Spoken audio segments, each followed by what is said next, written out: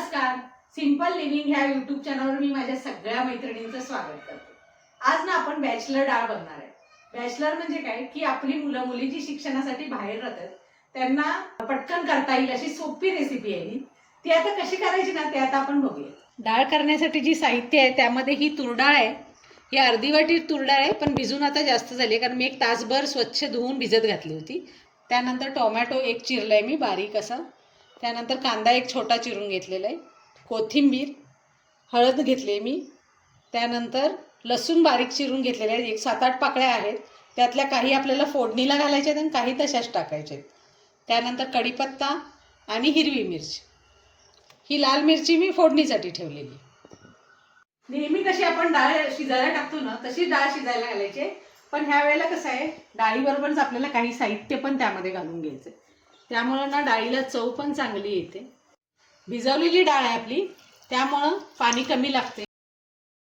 पाणी बस झालंय. थोडंसं पाणी घातले मी. जर तुम्ही डाळ भिजवली नसणार तर थोडं पाणी जास्त घाला. डाळ भिजलेली असल्यामुळे शिजायला वेळ लागत नाही, त्यामुळे कमी पाण्यामध्ये पण डाळ व्यवस्थित शिजली जाते.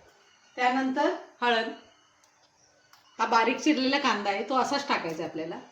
हा टोमॅटो एक चिरलेला आहे तो पूर्ण घालायचा आहे. त्यानंतर कढीपत्त्याची काही पानं घालायची. हे बघ, हे हिरव्या मिरच्या मी 2 चिरून घेतलेल्या होत्या. हे तिखट आहेत, तुमच्या आवडीप्रमाणे घ्या. त्यानंतर मी हा लसूण जो चिरून घेतलेला आहे ना त्यातला थोडा लसूण मला ह्यात घालायचा आहे. आणि थोडासा हिंग आपल्याला त्याच्यामध्ये घालायचा आहे. असा मी चमच्यानं मिक्स करून घेते. आता ह्यामध्ये ना आपल्याला थोडंसं तेल घालायचं आणि आता हा कुकर लावून घ्यायचा. कुकर लावलाय आपला. कुकरला आपण 3 शिट्या काढून घ्यायच्या आणि नंतर आपण पुढचं बघूया. 3 शिट्या झालेल्या आहेत आणि कुकर थंड झाले आपला. आता आपण उघडून बघूया. हे बघा, ही मस्त अशी डाळ शिजले. त्यामध्ये घातलेलं कांदा, टोमॅटो हे सुद्धा छान शिजले गरगरी. आता आपण ना ह्यात थोडंसं गरम पाणी घेऊन ही डाळ एकसारखी करून घेऊया. हे मी पाणी थोडंसं उकळायला ठेवलं होतं. गरमच पाणी घालायचं. आणखीन लागलं तर नंतर घालता येईल आपल्याला. आणि हे डाळ आता व्यवस्थित झाली आपली. डाळीचा कुकर आहे ना मी बारीक गॅसवर इथं ठेवले, कारण हे आपल्याला उकळून घ्यायचं आहे फोडणीच्या अगोदर. म्हणजे फोडणीत घालताना ते गरमच पाहिजे आपल्याला. ही डाळ आपण शिजवून घेताना त्यामध्ये टोमॅटो, कढीपत्ता, लसूण वगैरे सगळं घातलं होतं. आता फक्त ना आपल्याला साईडला थोडासा तडका करायचा आहे थोड्याशा तेलावर, आणि तो तडकाच ह्या डाळीमध्ये घालायचा आहे आणि उकळ काढायची की त्यानंतर आपली डाळ तयार. आता आपण तडका करून घेऊया. थोडंसं तेल घेतलेलं आहे आपण. मोहरी घालूया.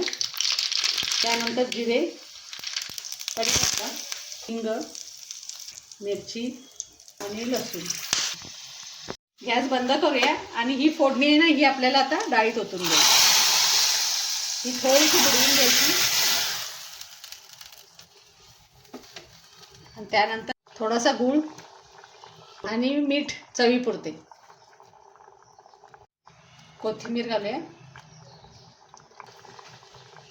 अशा प्रकारे आपली ही डाळ तयार झालेली आहे. पटकन होत्या 10-15 मिनिटात. आणि जर तुम्हाला ही डाळ आवडलेली असली, ही रेसिपी आवडली असली तर तुम्ही तुमच्या मुला मुलींना ही रेसिपी शेअर करा आणि त्यांच्याकडून काय कमेंट्स येतात ते मला कळवा.